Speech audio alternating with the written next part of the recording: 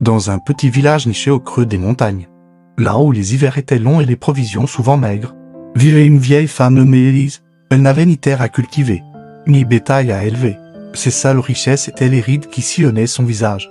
Témoin d'une vie bien remplie et un trésor inestimable, un répertoire infini d'histoires. Chaque soir, alors que le froid mordait aux fenêtres et que les estomacs gargouillaient un peu partout dans le village, les gens se rassemblaient dans sa modeste chaumière. Ils n'apportaient pas de pièces d'euros, d'argent, mais ce qu'ils pouvaient, une pomme de terre, une miche de pain, un peu de lait. En échange, Élise leur offrait un festin pour l'esprit. Assise près de l'âtre, son visage éclairé par les flammes dansantes, elle commençait à tisser ses récits. Sa voix, bien que fragile, avait le pouvoir de transporter son auditoire dans des mondes lointains.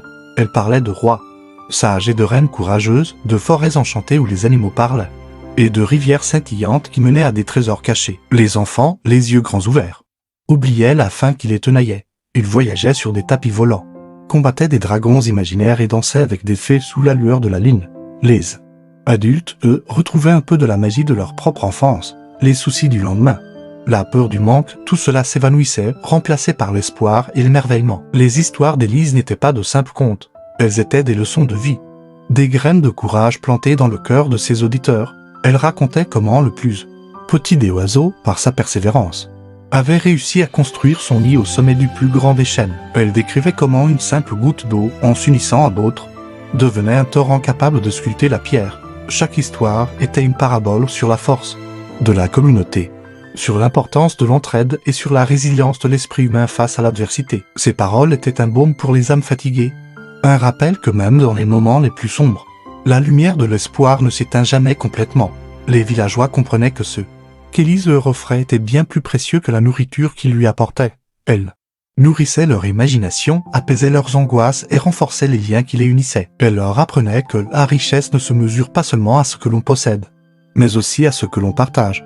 Les enfants qui grandissaient en écoutant ces contes devenaient des adultes plus empathiques, plus créatifs et plus solidaires. Ils apprenaient que la vraie faim n'est pas toujours celle du ventre, mais parfois celle du cœur et de l'esprit. Un soir, un marchand de passage, attiré par la lumière et les rires provenant de la chaumière, s'arrêta. Il vit la scène, une vieille femme racontant une histoire à une assemblée captivée, avec pour seule récompense quelques denrées simples. Intrigué, il écouta jusqu'à la fin, ému par la sagesse et la beauté du récit.